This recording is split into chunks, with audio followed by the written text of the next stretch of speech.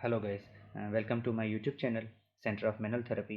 आज का हमारा टॉपिक है बायोमेकेनिक्स। ये बायोमेकेनिक्स की बुक है Susan J Hall, page number 148, basic biomechanics. इसमें इसका जो टॉपिक है वो behavioural properties of musculotendinous unit. इसको ये है कि अब आप बायोमेकेनिक्स ऑफ मसल या बायोमेकेनिक्स ऑफ टेंडन में भी जो है वो पढ़ सकते हैं। इसमें बेसिकली हम देखेंगे कि जो टेंडन है, जो कॉन्ट्रेक्टाइल स्ट्रक्चर है, मसल है, कॉन्ट्रेक्टाइल टिश्यू मसल है, उसकी जो बिहेवियरल प्रॉपर्टीज़ हैं, जब हम उसको स्ट्रेच करते हैं, जब उसको हम कॉन्ट्रैक्ट करते हैं, जब डिफरेंट जो उसकी प्रॉपर्टीज़ हैं वो वन बाय वन हम स्टडी करेंगे। तो बेसिकली 4 बिहेवियरल प्रॉपर्टीज़ हैं किसी भी मसल टिश्यू की। ये पेज नंबर 148 है। आप साथ से जो है बुकिश लैंग्वेज भी हम देखते चलते हैं। अब 4 में से जो 4 बिहेवियरल प्रॉपर्टीज़ हैं किसी भी मसल टिश्यू की, जब उसके ऊपर लोड आता है, जब उसके ऊपर स्ट्रेच आता है, तो वो कैसे उसको रिस्पॉन्ड करता है। सबसे पहली प्रॉपर्टी है extensibility and elasticity. Number 1 is the extensibility. अब ये नॉर्मल रेस्टिंग में है, लेंथ जो है इसमें, अब एक मसल जो है ये एक नॉर्मल रेस्टिंग पोजीशन में है। अब इसमें जो स्ट्रेट पार्शियल स्टेट ऑफ जिसको हम टोन कहते हैं वो तो इसमें होती है, that is the partial state of partial contraction, जो कि हर हालत में, हर सूरत में मसल टिश्यूज़ में होती है। ये नॉर्मल है। अब जब हम इसको सब हम डिस्कस करें एक्सटेंसिबिलिटी, जब हम इसको स्ट्रेच करेंगे, तो अगर ये एक एक्सटेंडेड, ये एक्सटेंडेड है, जब एक मसल एक्सटेंडेड पोजीशन में जाता है कॉन्ट्रैक्टाइल टिश्यू, अगर वो एक्सटेंडेड फॉर्म में जब तक रहेगा, वो उसकी एक्सटेंसिबिलिटी मतलब खिंचाव। लेट्स सपोज जब हम किसी रबड़ को हम खींचते हैं और उसको उधर ही अगर हम होल्ड करके रखते हैं, तो वो कहलाती है उसकी एक्सटेंसिबिलिटी, बगैर एनी टीयर एंड वियर, बगैर किसी टीयर के वो जब तक जो है वो स्ट्रेच हो सकता है, उसको हम एक्सटेंसिबिलिटी। डेफिनेशन देखेंगे तो extensibility is ability to be stretched or to increase in length after an stretch. जब हम किसी पे स्ट्रेच अप्लाई करते हैं तो वो एक एक्सटेंडेड फॉर्म में रहता है, ये उसकी प्रॉपर्टी है जिसको हम नाम देंगे एक्सटेंसिबिलिटी।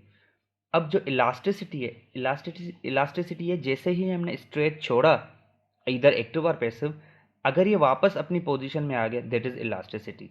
तो इलास्टिसिटी की definition, ability to return to its normal length after stretch. जब हमने किसी एक्सटेंसिबिलिटी ये थी कि जब हमने किसी मसल के ऊपर स्ट्रेच कॉन्ट्रेक्टाइल टिश्यू के ऊपर अप्लाई किया, वो एक नवी पोजीशन में चला गया, एक न्यू पोजीशन में चला गया, दैट इज एक्सटेंसिबिलिटी। मैक्सिमम जहाँ तक जा सकता है विदाउट एनी ट्रॉमा, पेन और इंजरी।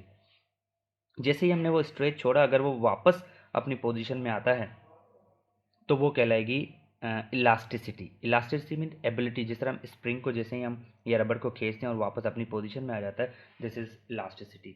तो this is the second property, elasticity, ability to return to its normal position after stretches leave left. जैसे ही स्ट्रेच हम छोड़ते हैं और वो वापस अपनी पोजीशन में आ जाए, दैट इज इलास्टिसिटी। अब हम मजीद अगर हम इलास्टिसिटी को देखें तो ये दो property, extensibility and elasticity. Elasticity जो अचीव होती है वो कहाँ से अचीव होती है, वो उसके भी दो फर्दर कंपोनेंट्स हैं। एक है पैरेलल इलास्टिक कंपोनेंट्स और दूसरा है सीरीज इलास्टिक कंपोनेंट्स, जो जैसे कि इस डायग्राम में आपको दिखेगा। ये पैरेलल इलास्टिक कंपोनेंट्स हैं because it's parallel to the contractile component. ये इससे पैरेलल है, ये पूरा थ्रू आउट इलास्टिक कंपोनेंट है, कॉन्ट्रैक्टाइल कंपोनेंट है। कॉन्ट्रैक्टाइल कंपोनेंट से पैरेलल है, इसीलिए इसका नाम ही पैरेलल इलास्टिक कंपोनेंट है, और ये इसके साथ सीरीज में है, तो इसीलिए इसका नाम है series elastic component. This both series and parallel R component of the elastic, मतलब ये इलास्टिसिटी बेसिकली देते हैं। अब इसको हम थोड़ा सा अगर हम स्टडी करें तो जो पैरेलल इलास्टिक कंपोनेंट है वो मसल मेम्ब्रेन से आते हैं, ये जो प्रोवाइड करते हैं ये they are provided by the muscle membrane. और जो series elastic component they are provided by the tendon. अब यहाँ पे अगर हम देखें तो लेट्स सपोज ये मसल मेम्ब्रेन है, ठीक है, इसी का ही डायग्राम अगर शो किया जाए तो ये पैरेलल, ये कॉन्ट्रैक्टाइल कंपोनेंट है, ये इसके साथ पैरेलल में है, और ये टेंडन है। तो जो पैरेलल कंपोनेंट्स हैं वो कौन प्रोवाइड करते हैं, बाय द मेम्ब्रेन, और जो सीरीज कंपोनेंट है वो प्रोवाइडेड बाय द टेंडन। जो पैरेलल है प्रोवाइडेड बाय द मेम्ब्रेन, ये क्या करते हैं, रेजिस्टेंस देते हैं। जब किसी मसल को पैसिवली हम स्ट्रेच करते हैं, पैसिवली मतलब by the other hand, by the other therapist या by the other hand of the same patient, तो जब वो उसके ऊपर स्ट्रेस देगा, पैसिवली स्ट्रेस देगा, तो उसको एक रुकावट फील होगी। वो रुकावट जिसको हम टोन भी कहते हैं, वो प्रोवाइड कौन करता है, मेम्ब्रेन। और किस कंपोनेंट के थ्रू, पैरेलल कंपोनेंट के थ्रू। तो I repeat, parallel elastic component they are provided by the muscle membrane, and what they do, what is the function, they do the resistance, they do resist they supplies the resistance when the contractile tissue is passively stretched. अब आते हैं series. Series क्या करता है? Series elastic component they are provided by the tendons, वो by the membrane they are provided by the and they work as a spring. Now they are working as a spring. It means they are responsible for the elasticity. They are responsible for bringing the stretched muscle or contractile tissue back to the normal position. So the series elastic component residing in the tendon, they act as a spring to restore the elastic energy when a muscle is stretch. जब हम muscle को stretch करते हैं, जैसे ही stretch remove होता है तो उसको नॉर्मल पोजीशन में जो लेके जाता है, वो फंक्शन है, वो काम है किसका? सीरीज इलास्टिक कंपोनेंट का. और वो कौन देता है? वो देता है टेंडन.